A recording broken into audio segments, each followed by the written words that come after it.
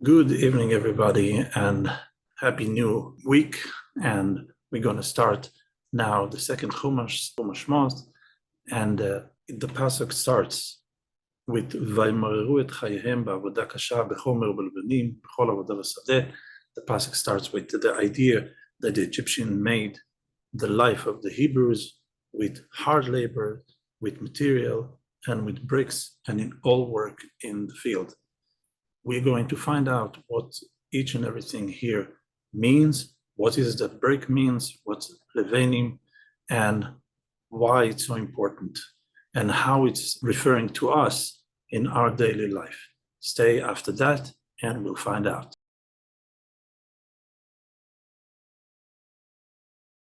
Thank you for coming back. And now, the parsha starts like this. The hard labor of Bnei Israel in Egypt started with making bricks. And so it says in the Torah, and they make the life of the Hebrews bitter with hard labor, with material, and with bricks, and all work in the field.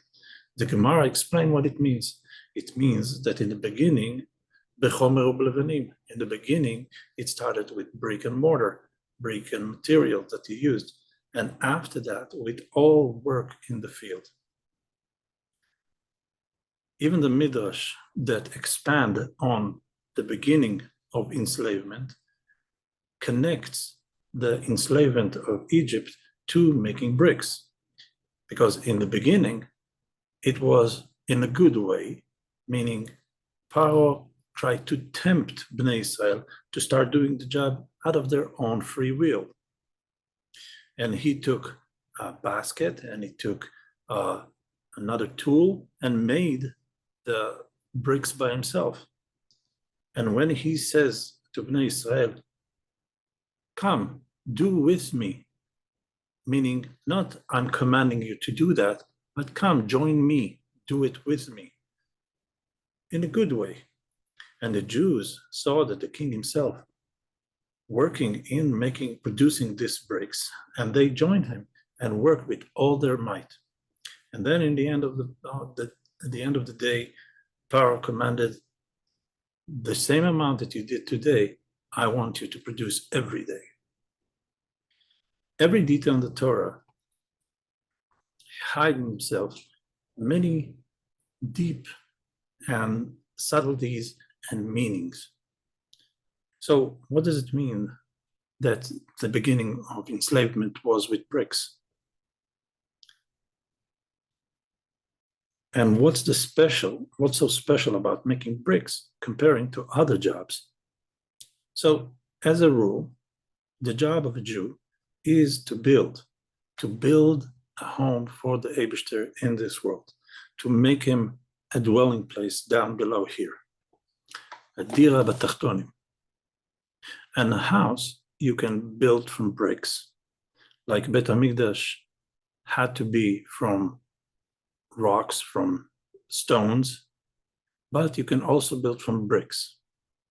What's the difference, the main difference between bricks and stones? The stones were created by heaven, created by Hashem, but bricks are something that was made by a person, by a human. And creating the stone himself, it's just the way that they are, and when you want, you just quarry, you just break a part of that rock and to the size that you want. But so the only work on the stone that a person wants is to take this piece of stone and shape it the way that he needs at that time. But he doesn't have any hand in creating the stone. But in bricks, when a person takes material and mixes it with some straw and burns it in the oven, it creates a new existence, a brick. Also, in spirituality of the person, there's those two examples exist in our daily life. When a person uses worldly things that the Eibishter create in order to serve him, he creates a house from stones to the Eibishter. Meaning he takes the stones, the material things of the world that the Eibishter created, and he makes from that Bet Mikdash. But there is even a higher level than that in serving Hashem. A person is not just satisfied in using what Hashem created in order to turn it into Kedusha, but he creates a new reality inside the limitation of the world. He takes the evil, turns it into good, and takes the darkness and turns it into light. He creates bricks, meaning a new existence in the world that was created by the person's work, by the person's effort. And that is the spiritual meaning about what bricks represent. That with bricks, the Galut of Egypt started. And in that, the Torah hints that the main job that we have in the time of Galus, that started in Galus Mitzrayim, it's expressing itself in creating bricks, meaning turning evil to good, darkness to light. And that is the proper preparation for the Geula, that in that time, the existence of the world is going to flip, is going to change. And even though that the world right now is the place of darkness and all the dark shells, it will, or klipot, it will in the future, will come down here and be revealed in such a high level that the Eibishter himself is going to dwell here. And then darkness will shine like light. And all this is created by our work in material and brick and mortar in this time, and as a preparation to the coming of our Mashiach, Techef Miyad Mamash. Thank you very much for listening till now.